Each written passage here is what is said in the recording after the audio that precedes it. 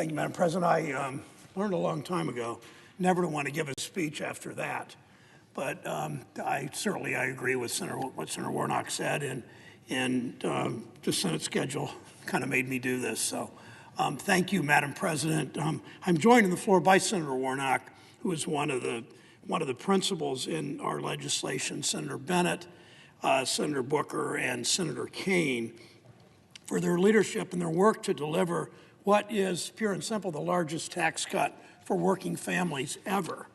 Tomorrow, for the 6th month in a row, July 15th, August 15th, September, October, November, tomorrow, 6th month in a row, Ohio parents, 92% of parents in Ohio with children under 18 will again see $250 or $300 in their bank accounts or in their mailbox per child. If they have 2 infant children, they will get $600. This is the most consequential thing we've done in decades to make people's hard work pay off. We know how hard parents work at their jobs, at raising kids. Any parent knows how much work it is to take care of children, especially young children, and it's only gotten harder over the last couple of years. So often that hard work doesn't pay off like it should. But we've seen what's happened, Madam President, over the past decades. Productivity's gone up, the stock market has soared, executive compensation is stratospheric, but wages have been flat. Workers' paychecks are finally, during this administration and this Senate, this Congress, finally, because of the work we're doing, worker paychecks are starting to go up. But after decades of stagnation, we have a long way to go. Meanwhile, parents know how expensive it is to raise kids: health care, school lunches, diapers, clothes, school supplies, braces, sports fees, camp fees. The list never seems to end. And of course, one of the biggest, if not the biggest, expense for so many families is childcare. Parents feel like they're trapped. They can't keep up no matter how hard they work. They work more hours to provide for their family. They have to put that money right back into childcare. Sometimes the extra money in their paycheck doesn't even cover the extra daycare cost. It's why Senator Booker and Senator Kaine and Bennett and Warnock work so hard to enact the child tax credit. As I said, the largest, it's $3,000 tax cut.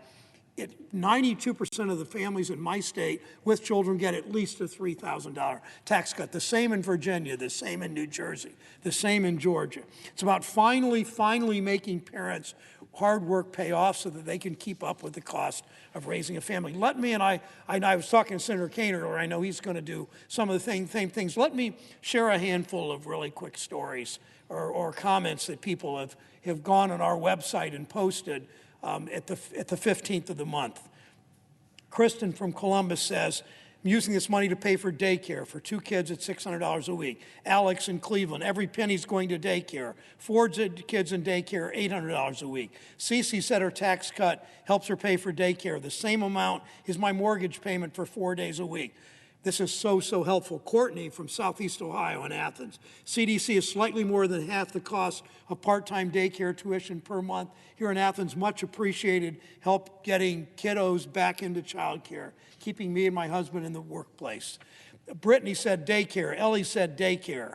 They also mean parents can afford to work and can afford to keep up with all the extra costs of raising kids. Katie in Akron helps to pay for school supplies. Caitlin, pay for preschool for my son.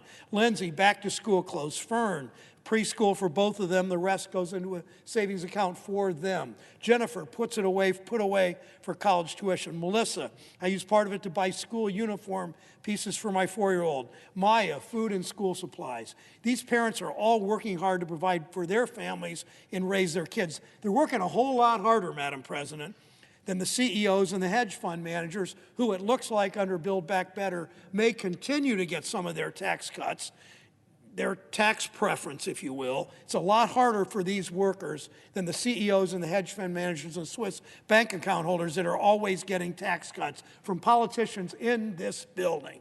We all remember what happened. Madam President, we can look down the hall. We've done that before. We've seen the lobbyists line up in front of Leader McConnell's office.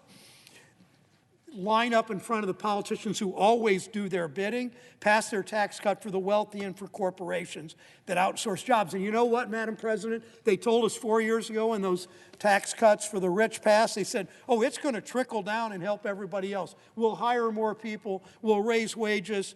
Of course, corporations didn't spend the money to raise wages. Of course, they didn't spend the money to lower prices, and then they blame everybody else for inflation. Of course, they spent it, no surprise here, on stock buybacks, and they're still at it today. Now this year, without a single vote, not a single vote from Republicans in Congress, twice, every Democrat voting for it, a 51-50 vote, twice, we passed the child tax cut. It's pretty simple contrast. Whose side are you on? Do you want tax cuts for billionaires and corporations, or do you want tax cuts for working families? We want tax cuts for working families, Americans from all over the country, from all kinds of backgrounds. Let's deliver that for them. Let's keep the largest tax cut for working families ever so that parents can have that peace of mind, can relieve some of their anxiety they face every month to pay the rent and pay the bills. They can have the peace of mind that the child tax credit will keep delivering money in their pockets through the holidays this year, into next year, into next year's holiday. I yield the floor to Senator Booker. I'm grateful, and it's frustrating, I know, to